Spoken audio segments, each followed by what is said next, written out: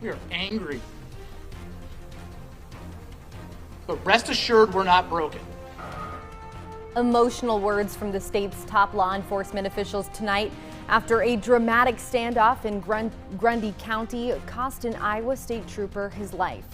Good evening, I'm Monica Madden. Thank you for being with us tonight. For the first time in 10 years, the Iowa State Patrol has lost one of its own. The Iowa Department of Public Safety says Sergeant Jim Smith was shot and killed as he worked to end an hours-long standoff with a barricaded suspect in Grundy Center. Sergeant Smith was a 27-year veteran of the force, but his colleagues remember him as much more than a police officer.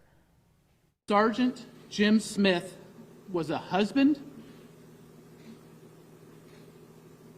Sergeant Jim Smith was a dad. Sergeant Jim Smith was a protector of the innocent. The Iowa Division of Criminal Investigation says the circumstances that led up to the sergeant's death started with a traffic stop. It tells us a Grundy Center police officer tried to pull over 41-year-old Michael Thomas Lang for driving while barred from doing so. Police say Lang took off, then pulled over on 250th Avenue just south of town. Officials say Lang got out of his car and attacked the officer, putting him in a chokehold and running off with his radio and taser. Police say Lang told the officer to shoot him several times, then told responding officers to, quote, "come and get me." Police say Lang drove back to his home at 305 G Avenue. Law enforcement set up this perimeter and say Lang's father told officers that his son had multiple firearms inside.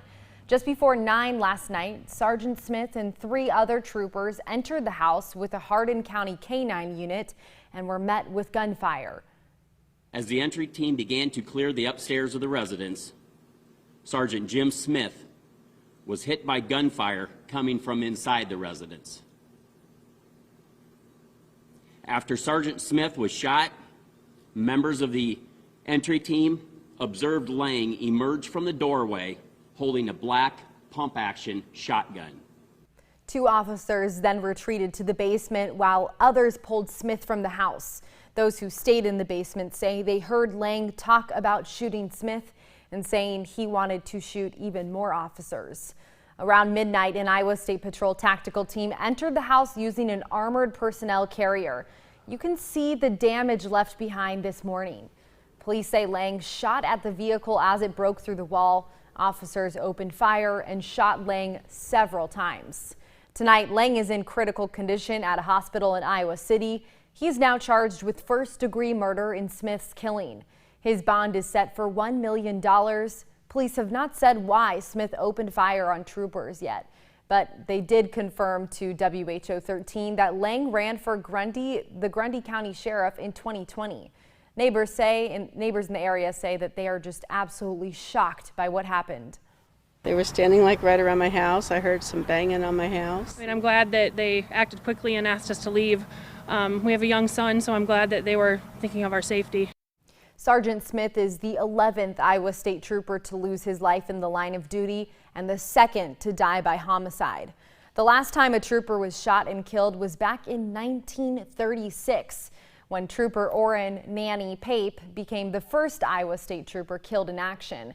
Pape was one of the original 50 Iowa patrolmen. The last time the patrol lost an officer was back in 2011 when Trooper Mark Toney died in a car crash while trying to make a traffic stop. Governor Kim Reynolds is ordering all flags in the state to fly at half-staff on the day of Sergeant Smith's funeral. A date has not been announced yet. The governor says in a statement, quote, "Sergeant Jim Smith was a loving husband, father of 2, and a pillar of the community. I, along with the entire state of Iowa, grieve for his family and friends as they try to cope with this devastating loss."